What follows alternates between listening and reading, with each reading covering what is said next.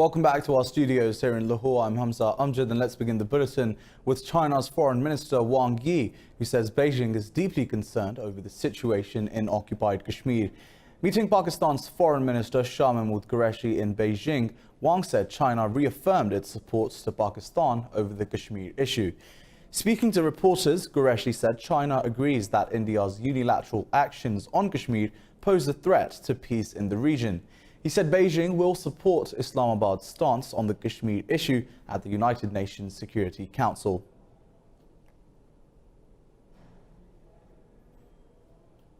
The India-imposed siege of occupied Kashmir has entered its fifth day amid a blanket curfew and complete communications blackout. Little information is leaking out of the occupied valley, but there are reports of clashes between Kashmiri protesters and Indian forces. Several Kashmiris are known to have been shot dead amid the arrests of more than 500 people. Kashmiris living beyond the reach of India's occupation have feared the worst for their brethren since they were cut off from the world on Sunday evening. Both angered and worried by the situation, hundreds of Kashmiris staged a demonstration in Muzaffarabad, capital of Azad Kashmir. Many fear for the well-being of their relatives living under a siege and forced by 900,000 Indian troops. The Kashmiri protesters visited the office of UN ceasefire monitors to register their complaint against India's state terrorism. We appeal to the United Nations to find a peaceful solution and grant us self-determination before the situation propels us towards a nuclear war. Demanding the right of self-determination for Kashmiris, the protesters condemned India's unilateral and illegal accession of the occupied state. We will be standing up for our right at all costs. Any solution in which the Kashmiris are not involved will not be acceptable to the Kashmiris under any circumstances. On August the 5th, New Delhi revoked Article 370 of India's constitution, ending Kashmir's special status as a disputed territory. The move has provoked a furious reaction from Pakistan and fueled global concerns of conflict in the region. Well, protests have erupted in many parts of the world against India's illegal decision of revoking the special status of occupied Kashmir. People in India, Iran, Bangladesh and Pakistan reaffirmed their support to Kashmiris in their freedom movement. They say the Indian government can never deprive Kashmiris of their right to self-determination. In Iran, senior religious leader Ayatollah Mawahidi Kermani warned India over its recent actions in occupied Kashmir. He said the abolition of occupied Kashmir's special status is an ugly move. In Azad Jammu and Kashmir, protesters took to the streets in solidarity with their brethren living on the other side of the line of control. A crushing curfew and a communications blackout by Indian occupation forces has crippled life in Kashmir.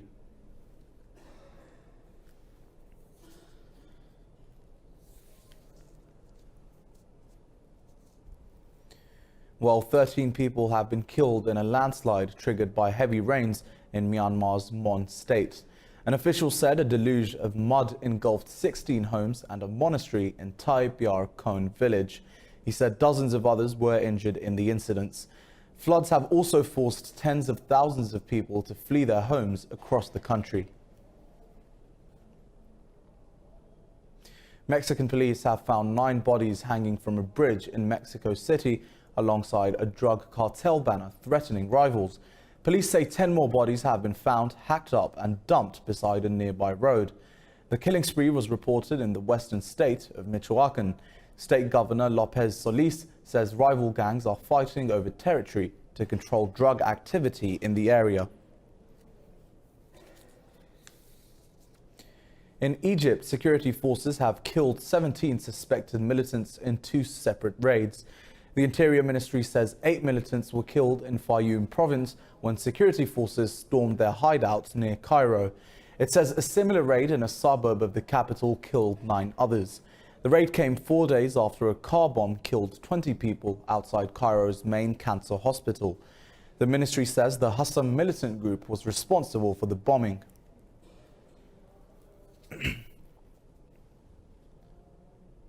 In Libya, the United Nations has called on rival forces to agree to a humanitarian truce for Eid al-Adha. The UN mission in Libya hopes to receive a written agreement from both warring parties soon. The United Nations has made several attempts for a humanitarian truce in Libya, but could not succeed. Over 1,000 people have been killed in fighting since Khalifa Haftar's forces launched an offensive against the UN-recognized Libyan government in April. The country has been mired in chaos since former ruler Muammar Gaddafi's killing in 2011. While Russia hopes an agreement can be finalized under UN supervision on forming Syria's new constitutional committee, Russia's ambassador to the UN, Gennady Gatilov, says the panel may be convened in Geneva next month. Gatilov expects the UN representative will announce the agreement with Syria on setting up the constitutional committee. The formation of a constitutional committee is key to political reforms and elections in war-torn Syria.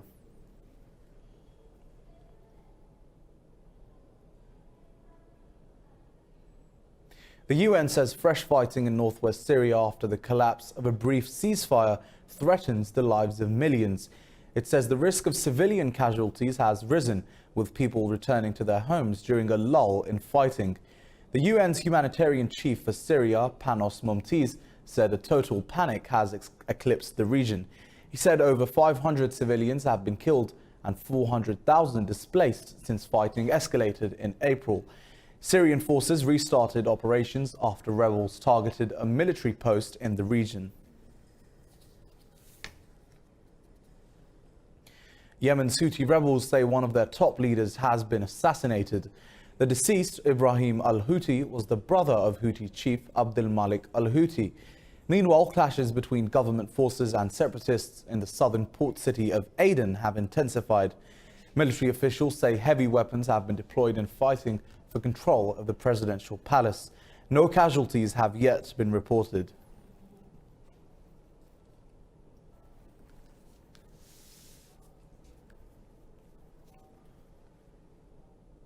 Iran says the US naval coalition will cause regional insecurity in the Gulf and the Middle East. Iranian Defense Minister Brigadier General Amir Hatami says Persian Gulf security can be maintained by regional states. Talking to his Kuwaiti, Qatari and Omani counterparts, Hatami proposed a Gulf security dialogue. The Iranian minister says Tehran is providing security in the Persian Gulf, the Strait of Hormuz and the Gulf of Oman. He warned that Israel's inclination to join the US military coalition could cause a catastrophe in the Persian Gulf region.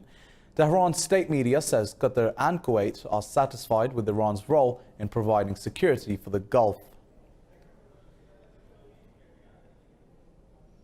Over in Kyrgyzstan, former President Almazbek Atambayev has been charged with corruption over his alleged role in the release of a convicted criminal.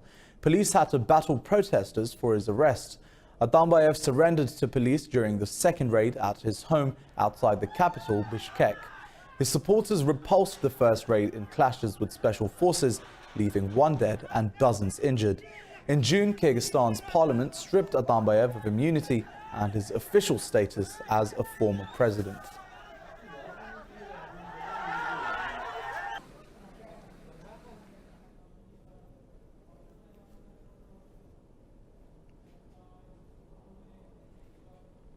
Jailed PKK leader Abdullah Öcalan has offered talks with Turkey in return for a political solution to the Kurdish conflict. In a statement issued by his lawyers, Öcalan said he will not push for a separate state. Öcalan said he is ready to negotiate an end to the PKK's 35-year-old insurgency. He claimed the Kurdish issue could be resolved within a week and called on Ankara to make concessions. The offer comes amid an escalation in Turkish air raids on PKK positions in neighboring northern Iraq. Earlier this week, Turkey and the US reached an agreement to establish and manage a safe zone in the Kurdish-populated northeast Syria.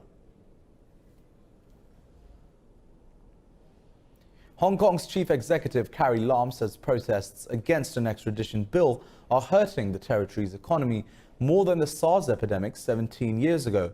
Speaking after meeting business leaders, Lam said the unrest has hit Hong Kong's economy like a tsunami.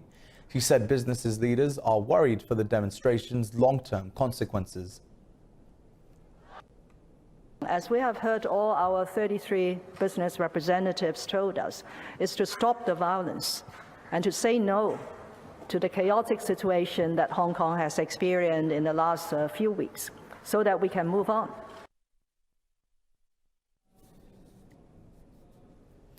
Well, the US and 5 European countries, including the UK, France and Germany, have asked Moscow to withdraw its forces from Georgia.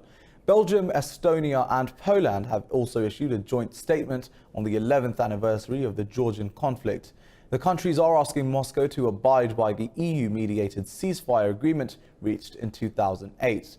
The joint statement marked the 11th anniversary of the Georgian conflict with South Ossetia. Georgia's foreign ministry says Moscow is impeding the creation of an international security mechanism. The United Nations has criticized the latest US sanctions against Venezuela, saying they will intensify the suffering of millions of people. This comes after Washington seized all Venezuelan government assets and banned commercial transactions. The UN Human Rights Chief, Michelle Bachelet, says the sanctions are extremely broad and will hit the most vulnerable in society. Bachelet says she is extremely concerned that the measures will worsen the country's humanitarian crisis. Meanwhile, Norway says it is in contact with Venezuela's government and opposition about resuming talks.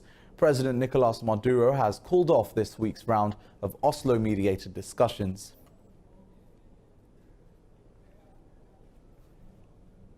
Now, US Defense Secretary Mark Esper has met South Korean President Moon Jae-in in Seoul. The visit follows a series of missile tests by North Korea to express anger at the US and South Korea's joint military exercises. It also comes amid escalating trade tensions between key US allies, South Korea and Japan. In an earlier meeting with South Korean Defense Minister Jong Kyung-do, Esper agreed to jointly pursue diplomatic efforts to denuclearize North Korea. Esper said the two countries will continue to work together for regional peace. Together with our allies from around the region, we will remain resolute in our enforcement of the United Nations Security Council resolutions until the North engages in complete, verifiable, irreversible denuclearization of the Korean Peninsula. South Korean Defense Minister Jong also briefed US Defense Secretary about the ongoing trade dispute with Japan. And now let's move on to Britain, which has put the entire onus of a no-deal Brexit on the EU, saying its rigid stance could cost both sides. Britain's foreign minister has pressed the European Union to amend the terms of Britain's withdrawal agreement. In an interview, Dominic Raab said the UK will have to adopt a hard Brexit if the EU does not alter its stance. Raab said a second referendum on Brexit posed the biggest risk to the UK. The minister said the Irish backstop was unacceptable. If the position from the EU is that the withdrawal agreement can't be changed, whether it's add-ons or subtractions, then at full stop, which is their position to date, then let's face it, they will be taking the decision to see the UK leave on no-deal terms, and that's the responsibility that they'll have to bear. We would like a deal, but the backstop, in its certainly in its current form, is undemocratic, and it's something that will have to be removed. Well, Italy's 14-month-old ruling coalition has split after the right-wing League Party calls for a no-confidence motion against the government. League Party Chief Deputy Prime Minister Matteo Salvini has called for snap elections, claiming the government lost its parliamentary majority. Salvini says differences with coalition partner, the Five Star Movement, cannot be resolved. Five Star leader Luigi Di Maio says his party does not fear another election. Prime Minister Giuseppe Conte has asked Salvini to justify his call for fresh elections. President Sergio Mattarella is the only person with the power to dissolve Italy's parliament.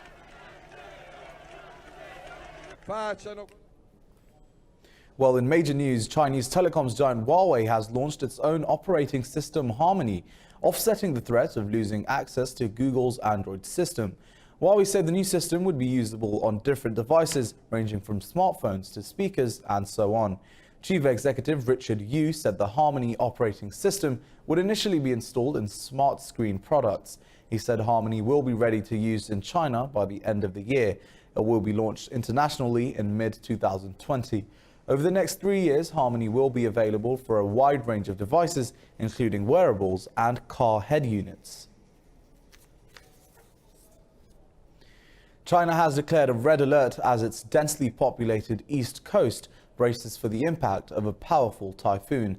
Super Typhoon Lekima is expected to make landfall in Zhejiang province on Saturday. It is battering Taiwan with winds topping 190 kilometers per hour. China's emergency ministry says rescue teams have been deployed along the eastern seaboard to deal with Lekima's impact. Thousands of Shanghai residents have been warned to prepare to evacuate their homes. Flood warnings have been issued for eastern sections of the Yangtze River and the Yellow River until next week. Jiangsu and Shandong provinces have also been put on alert.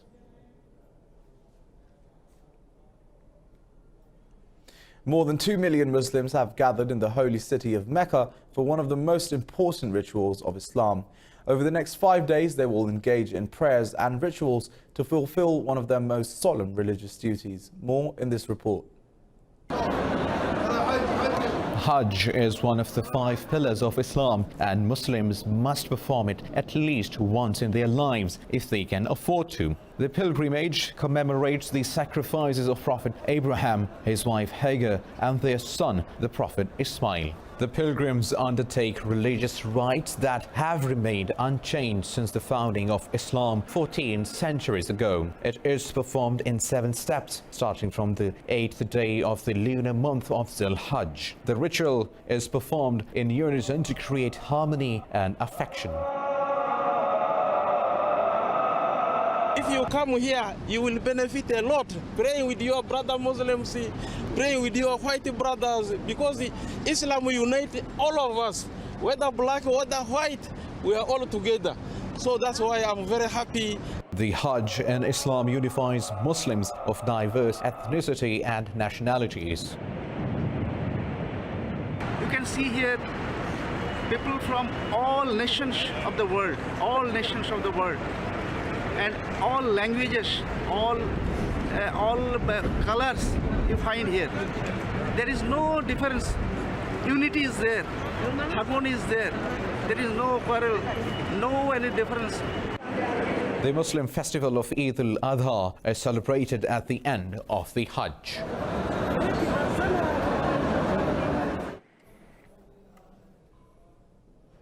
The Nairobi National Museum is home to one of the world's largest collections of fossils, unrivaled in Eastern Africa. Recently, the bone structure of a previously unknown prehistoric carnivore was rediscovered in the museum's storage. Take a look. Deep in the storage of Nairobi's National Museum, this unassuming drawer contains an archaeological gem. The giant jawbone of Africa's largest ever predator, a prehistoric carnivore 3 times larger than a polar bear.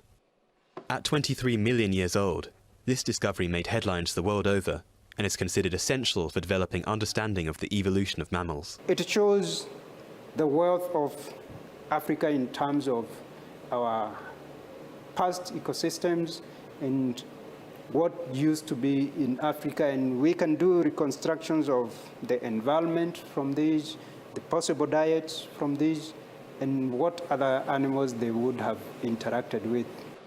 But this important fossil was not unearthed this year. It had actually been in the museum for over 40 years before it was recognised as a new species. Museum staff knew the bones were something special. They just didn't know exactly what, and lacked the resources to properly investigate. There are only 7 paleontologists in Kenya. 99% of those people who work here are foreigners, foreign people. So it will be important for people in Kenya to understand the importance of this to the country and venture or study things to do with human origins and evolution. The museum has not changed much since the 1960s. A card-based, handwritten filing system is still in place. Between 7,000 and 10,000 new fossils arrive in the museum's laboratory every year, and the task of cleaning and logging each specimen is painstaking. With a backlog that could yet take years to work through, the hope is that many more unidentified evolutionary treasures lie in wait. Now, an unorthodox Indian music star has won hearts with her big teeth. lustrous white coats, four legs and melodic braying at mealtime. India's Emily, a donkey of course, otherwise used to transfer goods, has quickly become an internet sensation. More in this report. Emily, a donkey living at an animal shelter in the Indian city of Pune, became an internet sensation after a clip of her singing went viral. Staff at the center, where cats, dogs, cows and even large buffaloes are cared for, were playing with Emily when she started crooning. They recorded a video of Emily showing off her vocal range and uploaded it on their social media page, where it became an instant hit. I think it started because she liked to beg for treats. So the moment like she sees a treat bucket or she sees that it's time for food, she starts singing, and I think it's kind of her way of saying that I should get fed first. But this building star has a long way to go now.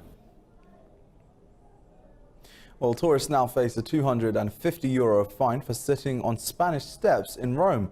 Police patrols the 18th century marble steps, blowing whistles at visitors sitting down. Built in 1725, the Spanish steps are part of the famous Piazza di Spagna in Rome. A UNESCO World Heritage Site, the monument has long been a favorite spot for tired visitors. People can be fined €400 for dirtying the steps leading to the Trinità dei Monti church. The measure is among a number of rules reinforced by the authorities to protect its monuments.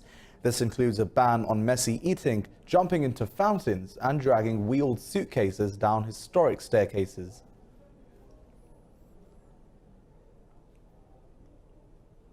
Well, August 9th marks the 74th anniversary of the United States dropping a second atomic bomb on Japan at Nagasaki. The blast killed more than 74,000 people. More in this report.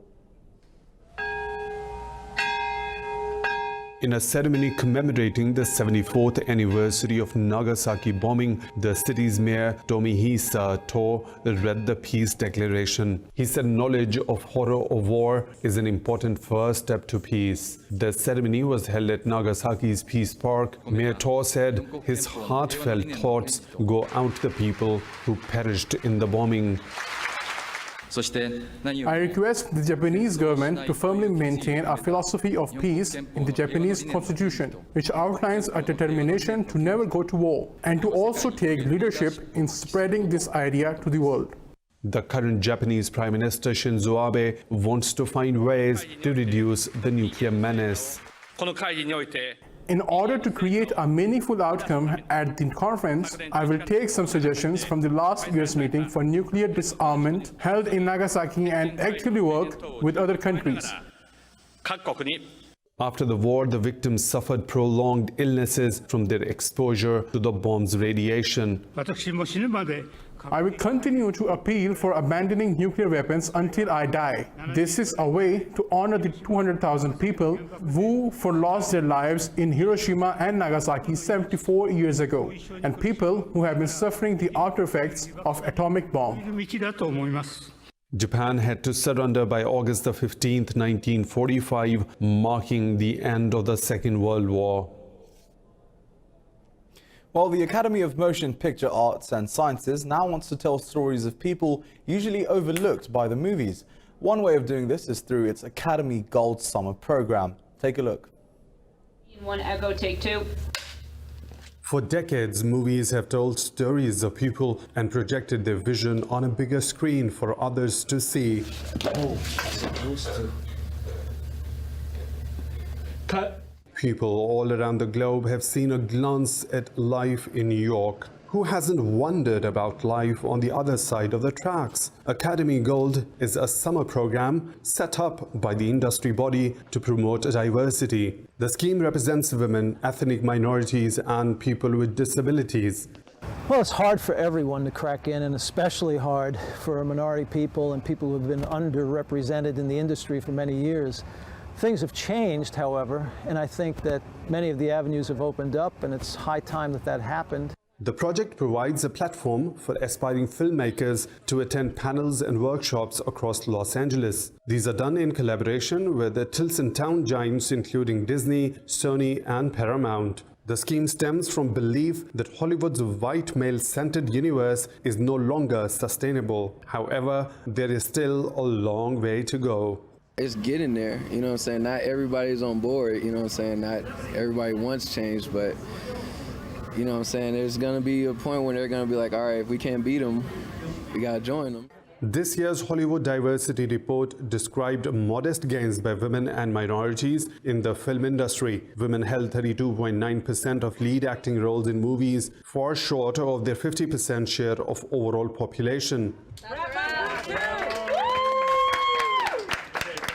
It's easy to also get discouraged by stuff like that, but, you know, take it with a grain of salt. I mean, we're on the up. This is like a good movement. Young amateurs are making headway towards more inclusion in the industry. There is growing optimism, and audiences expect to see more stories they can relate to.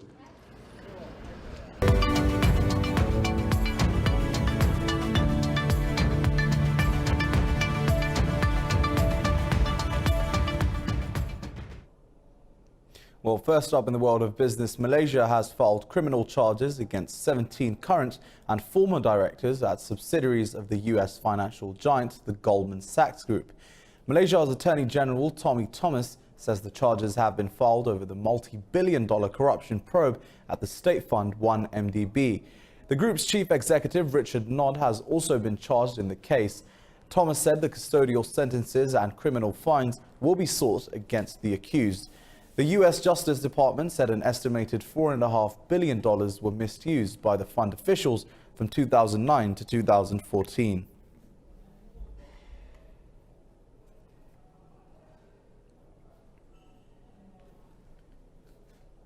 European stock markets have slipped on fears arising from the collapse of Italy's ruling coalition.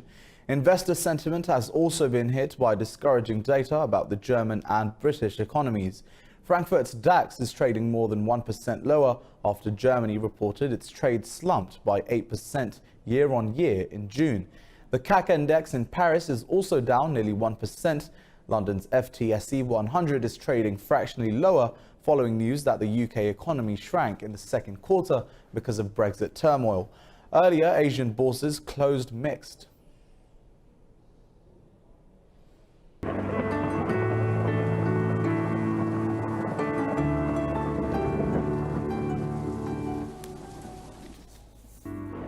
Well, the current temperature here in Lahore is 27 degrees Celsius, but let's take a look what it's like around the world.